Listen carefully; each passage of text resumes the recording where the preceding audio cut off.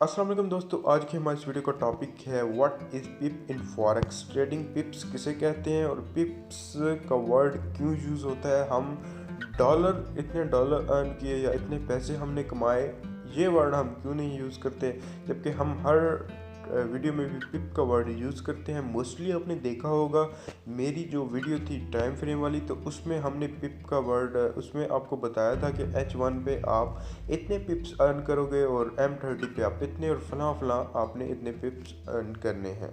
तो ये पिप्स का वर्ड हमने क्यों यूज़ किया, पिप्स किसे कहते हैं, और ये थोड़ा सा आपको आइडिया दे देता हूँ सबसे पहले कि पिप्स कहते किसे हैं। आपके सामने दो ट्रेड्स ओपन हुई हैं, ये देखें 0.50 की, एक हाफ लॉट की और एक फुल स्टैंडर्ड लॉट की, दो मैंने एक ट्रेड लगाई हुई है।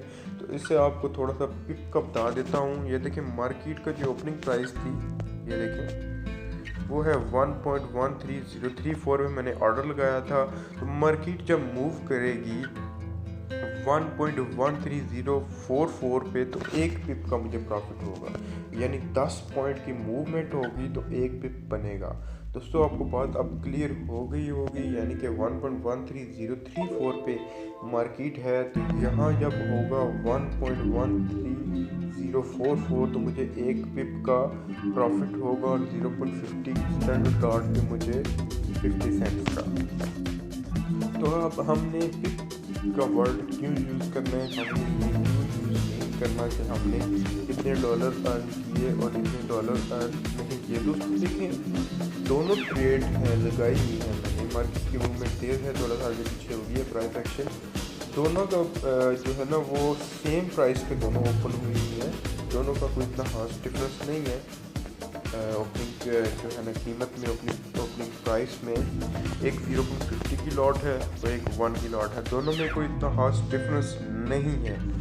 फॉर एग्जांपल हमने 0.50 की लॉट लगाई है 1.13034 पे और ये हमने ख़त्म करनी है 1.13044 पे, यानी एक पिप हमने कमाना है।